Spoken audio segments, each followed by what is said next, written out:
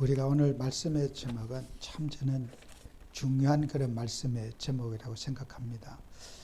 우리가 신비주의에 대한 이해와 대처를 잘하지 않으면은 이제 우리가 이것을 너무 우리가 두려워할 필요도 없고, 신비주의가 뭐냐? 자, 우리가 이렇게 할 때 현장에 있는 우리 성도님들이 상당히 대처하기가 어려워요. 그래서 저도 이렇게 하나님의 일을 하면서 저 사람이 신비주의에 빠졌다, 쉽게 저는 그것을 판단하기가 어렵다고 저는 생각되어져요. 내가 체험하고 내가 경험한 것이 정상이고, 타인이 경험한 것에 대해서는 의심을 하고 또 불건전하게 보는 그런 것들은 정말 주의해야 된다고 생각되어져요.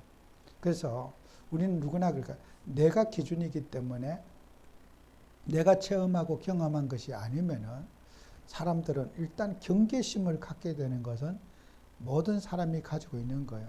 그래서 우리가 그런 자연인의 경계심만 가지고 우리가 다른 사람의 신앙을 평가하거나 하는 것은 정말 우리가 주의해서 우리가 속단을 내리거나 그렇게 해서는 안 될 것이다. 정말 신중하게 우리가 상대에 대한 그런 평가를 조심해서 해야 될 것이다. 그거는 아무리 주의해도 저는 지나침이 없다고 생각되어져요. 특히 우리 한국 사람들은 어떤 문제에 대해서 쉽게 판단과 이렇게 뭐 한 30%만 이렇게 뭔가 비슷해도 이거다고 팍 주장하는 그런 습관들이 많이 있어요. 제가 한 달 가까이 우리 외국에서 온 우리 조카애가 거기서 태어났으니까 어떤 뭐 질문을 하거나 말을 할 때 내가 분명히 알지 못하는 일을 그 설명을 해줄 수가 없거든요. 우리 젊은이들은 구체적인 대답을 요구하는데 나는 그걸 구체적으로 알지 못한단 말이에요. 그러면은 모르는 것을 모른다고 말하는 것이 잘못이냐는 거예요. 내가 구체적으로 정확하게 모르면은 그게 모르는 게 정상이 아니에요? 다 알아야 될 이유가 없잖아요. 모르는 게 부끄러운 겁니까? 그 창피한 겁니까? 모르는 것을 모른다고 말하는 것은 그거는 잘못된 게 아니에요. 반대로 잘 알지 못하면서 이거라고 말하는 것이 그게 더 큰 문제가 되죠.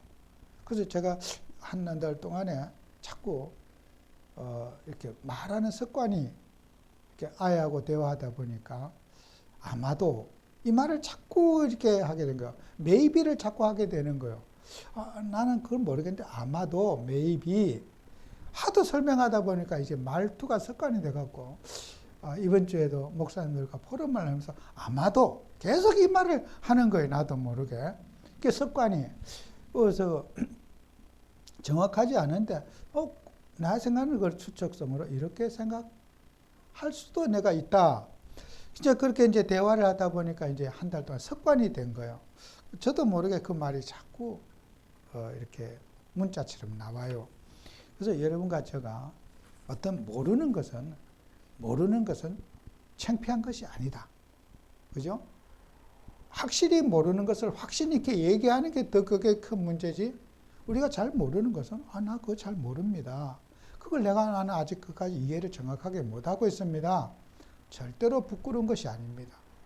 어디 가서 막 확실히 모르면서 주장을 하거나 막 고함치거나 하는 것은 결코 그것은 옳지 않은 것이다. 또 그래서 제가 신비주의에 대해서도 그렇다는 거예요. 모르면은 나 잘 모르겠습니다.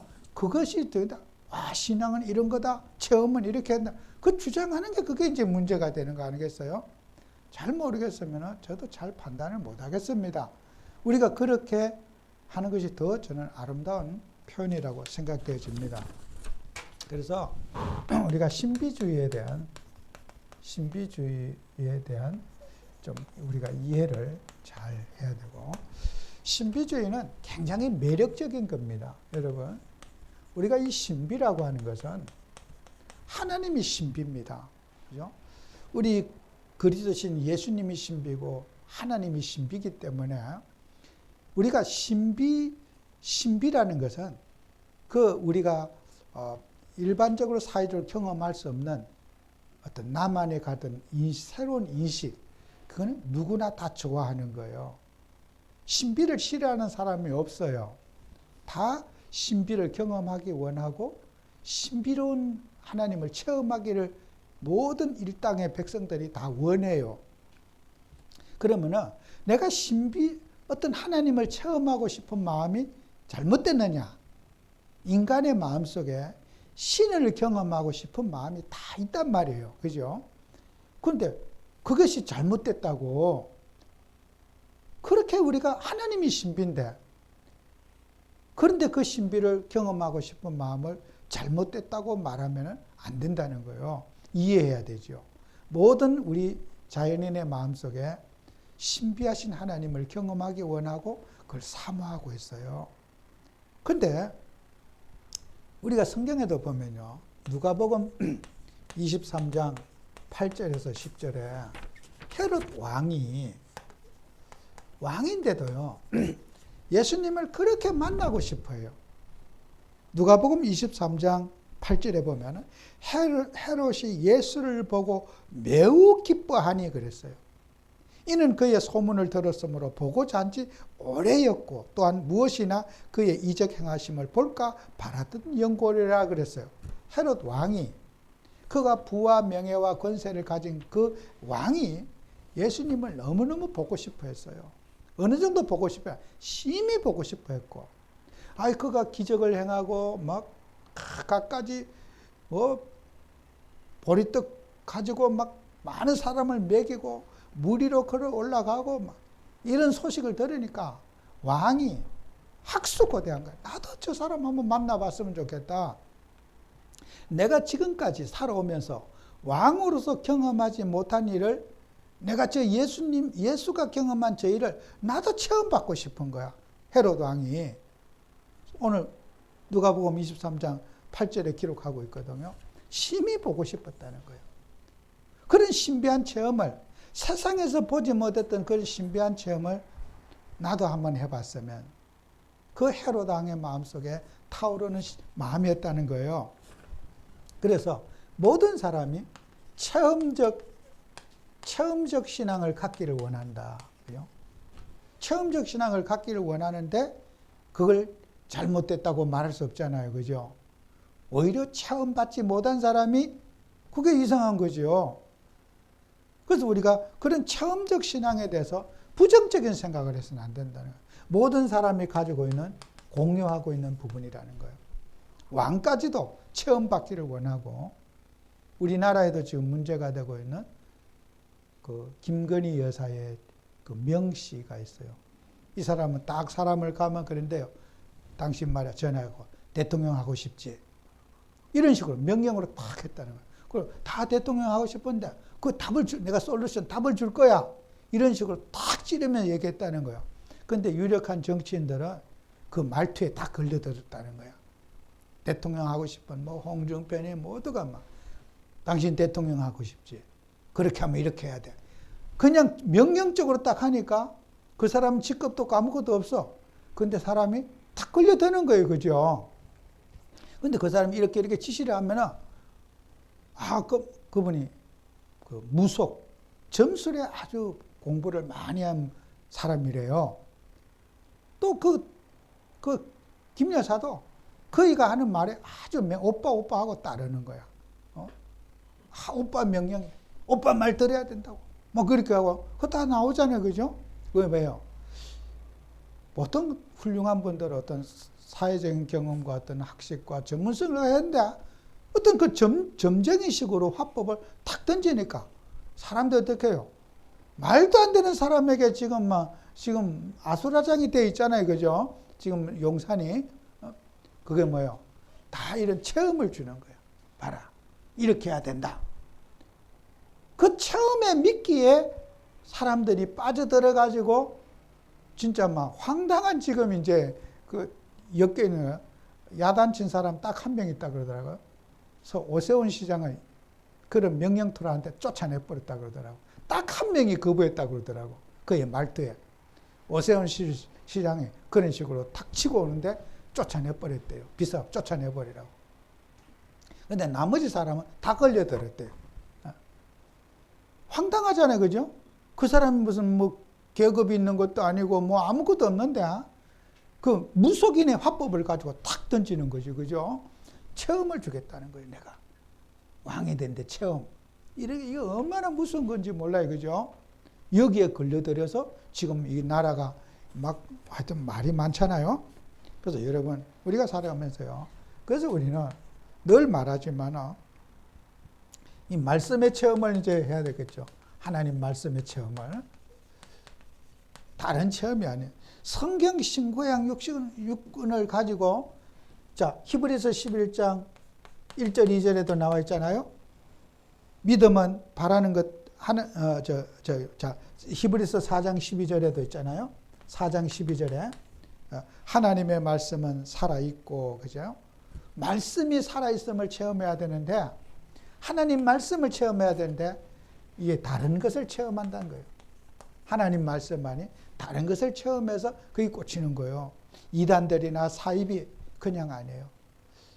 제가 들은 얘기인데 돌아가신 그 문선명 교주 있잖아요. 통일교. 하루에 기도를 보통 12시간 이상씩 한대요. 아무것도 안 한대요. 그분은. 기도하고 막. 기도를 12시간씩 한대. 근데 사람을 그 만나는 사람 딱 들어오면은 답을 딱 줘버린대요. 이렇게 이제 상담하는. 그러니까 통일교가 그 당시에 전 세계적으로 얼마나 커졌어요. 체험을 주는 거예요. 딱 지시하는데 그냥 들어오면 바로 답을 줘버린대요. 12시간씩 기도하고 있대요. 문선명이가. 그가 뭐 교리로 전도했습니까? 아니에요. 그 체험을 주니까 사람들이 꽂혀서 못 빠져나오는 거예요. 야, 우리 전부 말 들으니까 그대로 되더라. 나를 다 알아맞혀더라. 어떤 인간의 머리와 지식으로 통일교가 그렇게 되는 게 아니에요. 각종 이단, 우리가 말도 안 되는 우리 단체들 보세요. 그 사람들 전부 다 뭐예요? 하나님 말씀이 아닌 다른 체험을 그들에게 주는 거예요. 그 체험을 받으니까 우리가 무슨 말을 해도 그 사람들은 우리 말 안 들어요. 저 사람들 체험을 못 받아서 그래. 여기 뭐 하나님 엄마 믿는 여기에도 저 사람들 체험을 우리를 우습게 봅니다. 저 체험도 못 받고 교회 다닌다고? 그 사람은 우리 보면 우리 전도하러 와요. 그 사람들. 우리가 어떤 말 해도 안 들어요. 저 사람 체험을 못 받아서 그래. 체험을 못 받으니까 우리를 비난하지. 체험 받아보면 저렇게 안 할 텐데. 이 체험적 신앙을 그들은 전파해서 가르치는 거예요. 그래서 우리는 많은 사람들이 체험을 원하고 체험받기를 원해요. 그러나 그것이 성경의 말씀만 신구약 66권 하나님 말씀이 아니라는 거예요. 다른 체험을 받아서 그들이 꽂혀서 평생 그 이단의 노예 속에 사람들이 살아가고 있다는 거예요. 그래서 우리가 바른 체험을 하려면 정말 우리의 믿음의 대상이 누구냐? 믿음의 대상이신 진짜 예수님을 바르게 알아야 돼요. 예수님이 누구신지를 모르잖아요. 체험을 바르게 할 수가 없어요. 제가 이번 장례식에서도 첫날부터 예수는 그리스도 왕 신사 제사장하고 그 많으면 영접기도 하고 같이 하잖아요. 그 이유가 왜 그래요? 이거는요. 10,000번을 말해도 예수는 죽을 때까지 말해야 돼요. 예수가 누구신가? 그죠? 그래서 틀림 체험 속에 사는 사람을 예수를 체험하게 해줘야 된다. 그죠? 예수님을 경험하게 해줘야 돼요. 아, 예수님이 정말 살아계시구나. 예수님이 내 기도에 응답하시는구나. 이걸 참 체험을 하게 해줘야지 인생이 방황하지 않지 않겠습니까? 예수 외에 다른 체험을 해버린 거죠. 그러면 우리가 정말 예수는요, 성삼위가 누군지, 그죠? 성부, 성자, 성령 하나님이 누구신지, 성삼위 하나님을 체험해야 돼요. 그래서 빌립보서 2장 6절 너무나 중요한 말이죠. 그는 근본 하나님의 본체시나 하나님과 동등됨을 취할 것으로 여기지 아니하시고, 예수님은요, 하나님의 본체라 그랬어요. 그죠? 본체.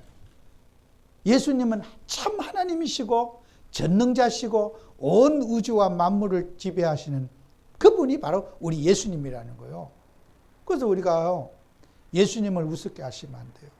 예수 안에 모든 답이 다 있고 예수님의 이름을 부를 때 응답을 받고 예수님의 이름을 부를 때 우리는 증거를 받게 되는 거예요. 우리 교회 다니는 사람은요, 예수님 외에 다른 이름 부르면 다 간첩이에요. 오직 우리는 우리 주 예수 그리스도만 다 붙잡아야 돼요. 그 예수님 놓치는 순간에 우리는 다른 체험하게 돼요.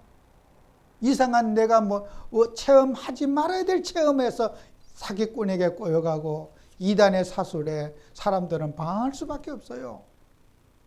평생을 해도 우리는 예수님 외에 다른 복음을 전하면 안 돼요. 예수만이 유일한 인생의 답이고 예수가 바로 길이 되는 거예요. 그걸 우리가 유일성의 예수를 증거해야 돼요. 그는 본체시나 하나님의 본체란 말이에요. 예수님이 하나님 아들이라고 하는 호칭을 받았지만은 성부, 성자, 삼위 하나님은 한 분으로서 우리에게 존재하시는 거예요.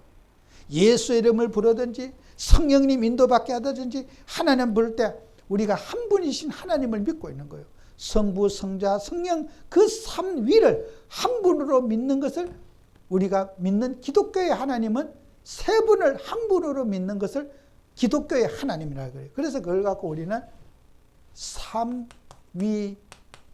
삼위일체라고 그래요. 그걸요. 우리 신학자들이 정리했어요. 우리 기독교의 하나님을 어떻게 정의할까 해서 세 분, 삼위가 한 분이다. 일체다. 우리가 이렇게 우리 기독교 하나님을 표현하자. 이렇게 해서 우리가 삼위일체 하나님을 우리 기독교가 믿는 공식적인 하나님의 이름이에요. 세 분이 한 분이다. 예수님, 성령님, 성부 하나님이 똑같은 삼위가 같은 하나님이다. 그 예수님의 이름을 우리가 높이고 예수 이름을 우리가 부르짖고 살아야 되는 거예요. 정말 어떤 상황에도 우리는 주님의 이름을 놓치지 않는다. 그래서 예수님도 그런 말씀하셨어요. 예수님을 너무나 모르니까 예수님에 대한 이해가 부족한 거예요, 사람들은. 예수님이 그런 말씀하셨어요. 마태복음 11장 7절 9절에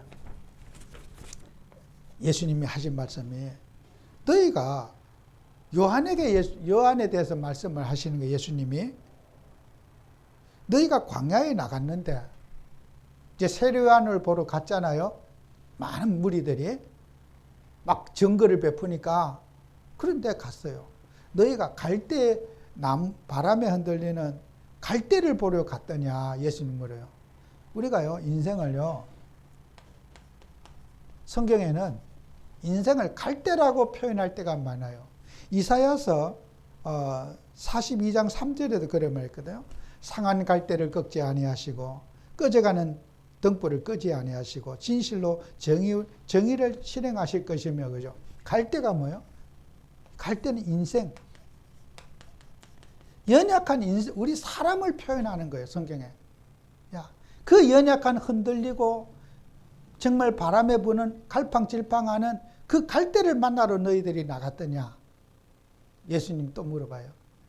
고운 옷을 입고 있는 왕궁에 거하는 그런 권세 있고 부귀와 영화에 있는 그런 사람을 보러 갔더냐?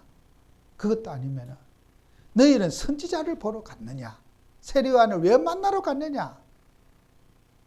예수님이 누구시냐? 예수님이 사람이냐?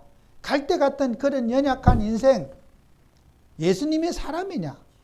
예수님의 왕궁에 있는 권세를 행하는 그런 부귀와 영화를 누리고 고운 옷을 입고 자고 그런 육신적인 그런 왕이냐? 아니면 예언이라는 선지자냐? 선지자보다 더 큰 이가 있다. 바로 예수는 사람들이 바라는 그런 내가 아니라는 거예요. 예수는 하나님이시라는 거예요. 너희들이 보고 찾는 그 예수 틀렸다 이거예요. 나는 그리스도로 이 땅에 왔고 하나님으로 이 땅에 왔다. 그 하나님을 너희들이 붙잡아야 된다는 거예요. 사람들은 뭐요? 사람들이 좋아하는 예수, 사람이 그리는 예수 찾으러 지금도 방황하고 있어요. 인간의 자기 기준에 맞는 예수, 그죠? 예수님은 하나님으로서 이 땅에 존재하기를 원하시는 거잖아요. 전능자로서 그리스도로서 예수님은 이 땅에 존재하기를 원하신단 말이에요. 우리가 그분을 믿고 있잖아요. 사람들이 지금 찾아다니는 예수는 어떤 예수를 찾습니까? 보잘것없는 연약한 갈대 같은 인생, 그런 아무 의지할 것 없는 사람 쳐다보고 막 추종하고 따라다니는 그런 예수를 찾고 있지 않는가? 내가 저 사람을 통해서 믿었는데, 저 사람을 따라다녀야 되는데, 예수를 잘 믿는데 사람을 추앙하고 추종하는 그 갈대 같은 인생들 아니냐는 거예요. 예수님 지적 안 해요? 오늘날 많은 사람들이 하나님을 바라봅니까?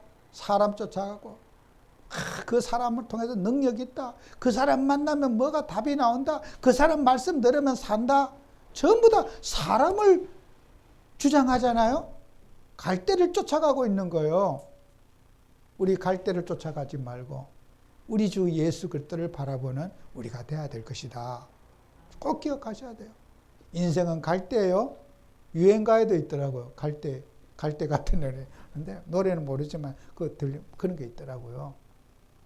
우리는 사람은요, 바람 불면 흔들리고, 이사야 42장에 말씀하기를 그 갈대도 흔들리는 갈대가 상해져 있다는 거예요. 그 갈대를요, 하나님이 상한 갈대를 꺾지 아니하시고 그 연약한 갈대를 우리 주 예수님이 붙잡아 줬을 때 그 갈대가 살아갈 수 있는 거예요. 우리는 이 언약을 꼭 예수님이 하신 말씀, 헛거 보고 쫓아가고 사이비 그런 거 보고 쫓아가는 그런 신앙 다 정리하고 자나깨나 우리 주 예수 그리스도만 바라보는 저와 여러분이 꼭 되어야 될 줄로 믿습니다. 그래서 여러분, 참 믿음의 발판, 이 믿음의 발판이 잘 돼야 돼요. 기초가 잘 돼야 돼요. 이 기초가 안 되면 안 돼요. 그래서 우리가 지금까지 말했지만 이 체험적 신앙에 우려가 있어요. 이 체험이 다른 체험하면 인생 망치는 겁니다. 사실 예수 외에 다른 게 들어가고 예수 외에 다른 체험하면요, 진짜 그 꽂혀가지고요 안 듣습니다. 여러분 길거리에 다니는 이단자들 전단을 보세요. 내가 무슨 소리 해도 안 들어요. 요 사람은 어떻게 꺾을까 요 생각만 하지 듣는 척 하죠. 한마디도 안 들어요. 자기 말만 하죠. 이단자들의 특색은, 이단자들이 전단을 내가 무슨 성경 얘기하면요, 예 이러다가 눈만 그러지 절대 요 말 끝나면 내가 어떻게 요 말을 탁 꺾어버릴까 요 생각만 하고 듣고 앉았어요. 듣지 않아요. 왜요? 그들의 속에는 뭐예요? 체험을 받았기 때문에. 다른 체험. 그죠? 그러니까 이단자들은 그 깊은 체험을 하잖아요. 우리가 무슨 말해도 우리를 어린아이로 보는 거예요. 우리를 꺾으려고 하지 그들은 우리 말을 받아들이려고 하지 않는 거란 말이에요.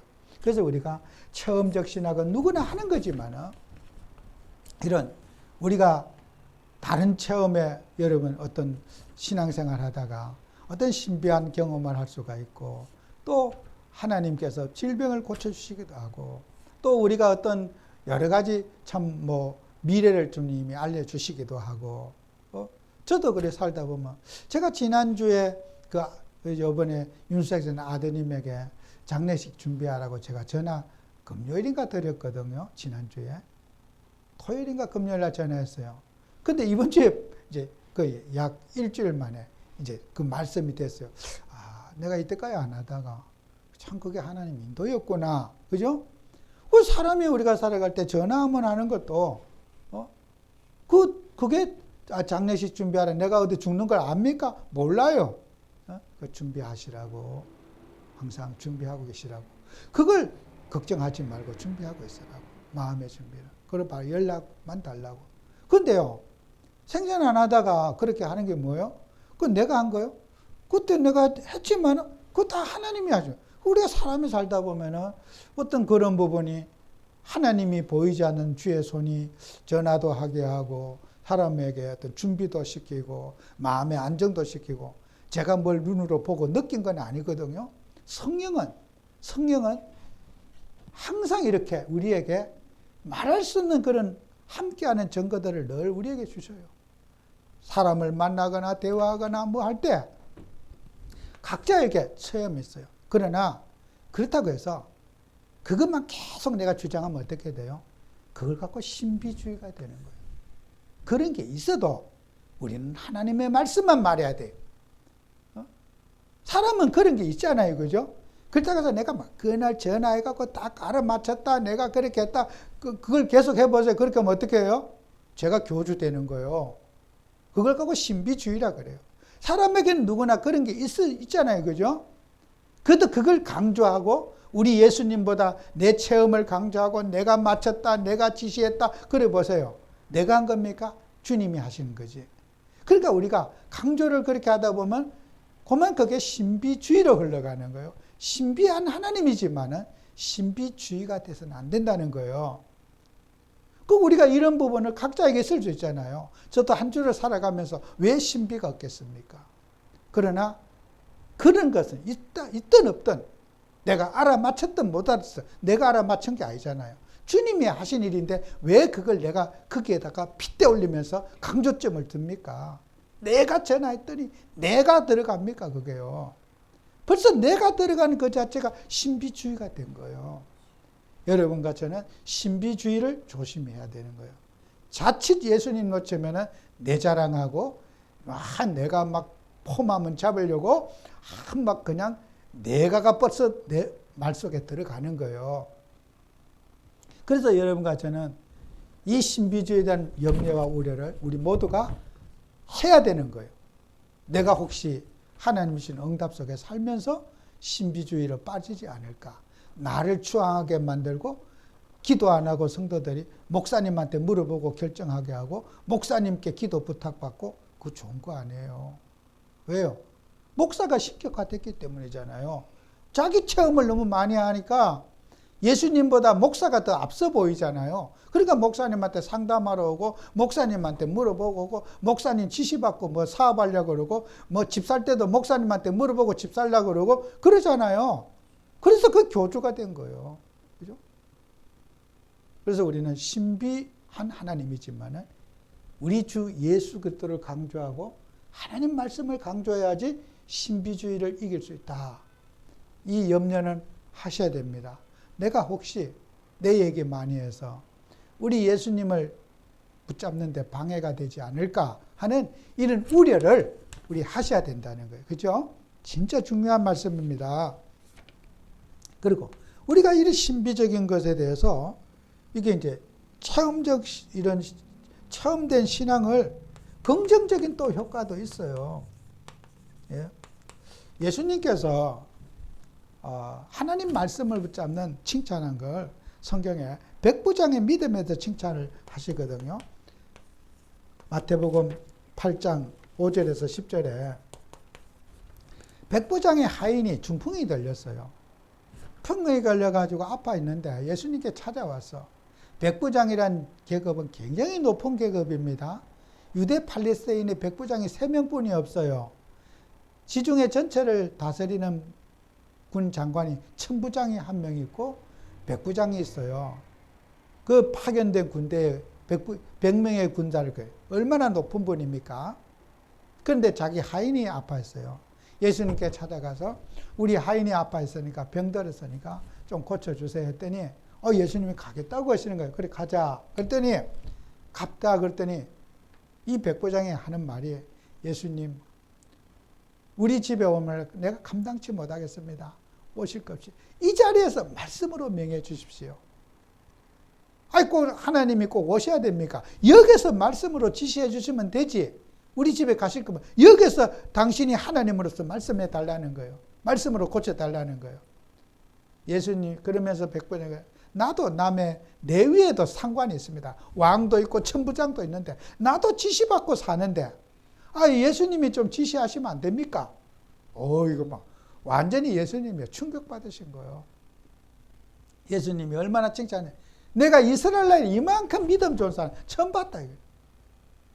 나도 무슨 일 있으면 명령해서 지시하고 나 같은 백부장도 병사들에게 지시하는데 하나님이신 예수님이 지시만 하시면 되지 그걸 굳이 하실 필요 있습니까? 그러니까 예수님이 정말 어마어마한 칭찬이었어요. 이만한 믿음을 줬다. 여러분과 제가요, 이렇게 말씀을 붙잡는 백부장요. 예수님이 정말 극단적인 칭찬을 하셨어요. 내가 이런 믿음 처음 봤다. 제자들은 맨날 막 자리 싸움하고 내가 크니 네가 크냐 막 이런 진짜 이상한 질문만 하고 높아지려고 하는데 이 백부장은 완전히 예수님을 제대로 알아맞춘 거예요. 제자들은 서로 막 시기 질투하고 막 천국에 가서 막 높은 자리에 앉게 되려고 부탁도 하고 막 하여튼 엄한 소리 다 하는데 이 백부장은요 이렇게 하나님을 알아본 거예요. 시공간을 초월해서 역사하신 하나님. 정말 이 신비하신 그리스도를 백부장은 알아본 거예요. 이런 우리가 축복을 받아야 된다는 거예요. 그죠? 우리가 예수님께 이런 칭찬받는 백부장처럼 칭찬받는 신앙이 돼요.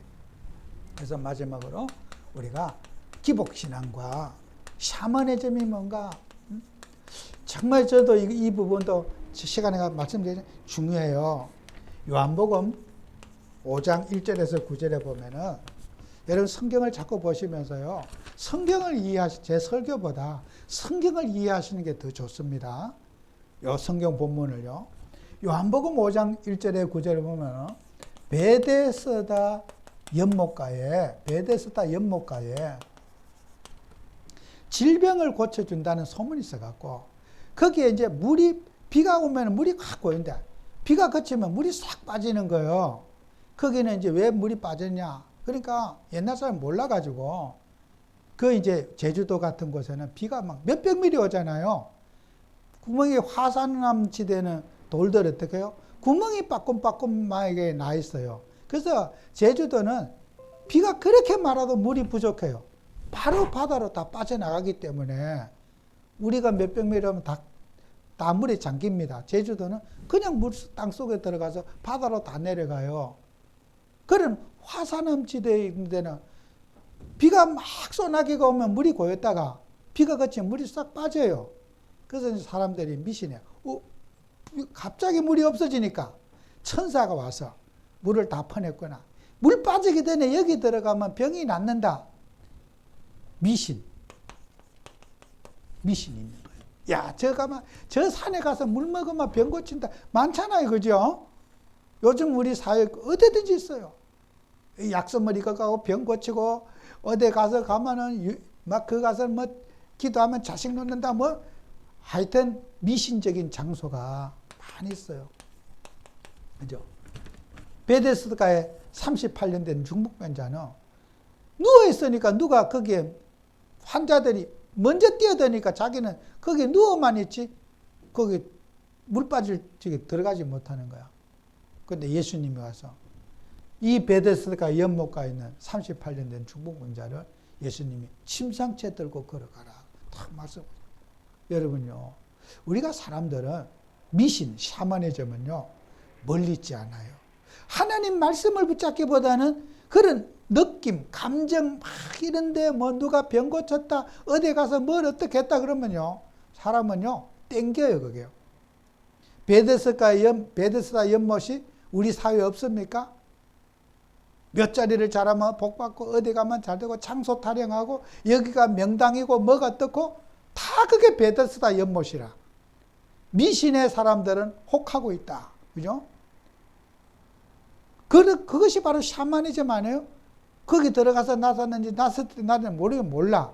그러나 지금 이런 사람들은 미신이라는 것은 피할 수 없는 울타리 속에 세상 사람이 갇혀서 살고 있다는 걸 우리 꼭 기억해야 돼요. 그래서 우리가 치유사역, 치유하는 모임이 있잖아요. 이거 뭐 병 고친다. 주의하셔야 돼요. 어디 가서 병 고친다고 가고, 뭐 어디 가서 뭐 좋아진다. 그런 말씀 붙잡으세요. 예수님 붙잡으세요. 가끔마다 절친한 사람 위에서, 당신 여기 가면 자식이 공부 잘할 수 있고, 어디 가면 뭐 학교 붙을 수 있고, 뭐가 떠고, 갖가지 인간의 달콤한 말로 사람들의 마음을 유혹하고 꼬드긴단 말이에요. 그죠? 이게요, 우리 세상 사람 사는 현실이란 말이에요. 거기에서 우리는 어떻게, 이 치유 모임, 틀린 치유 모임, 여기에 우리가 정말 답을 주는 그런 우리가 돼야 될 거다. 그리고 우리는 영적 사실, 오늘 본문 말씀처럼, 자, 영적 사실을 어떤 방언을 체험할 때 어때? 교회 질서를 잘 유지하라. 남을 불안하게 하거나 분쟁을 일으키거나 갈등을 일으키는 것은 성령이 하시는 일이 아니에요. 오늘 본문의 내용이잖아요. 방언을 하거나 뭘 하거나 예언을 하거나 교회의 덕을 세우고 질서를 잘 유지하고 화목하게 하고 성도들을 하나 되게 해야지, 내가 하나님께 받은 은사 때문에 남에게 상처를 주거나 남을 불안하게 하거나 불편하게 해서는 안 된다고 하는 것이 오늘 성경이 우리에게 주는 말씀의 내용입니다.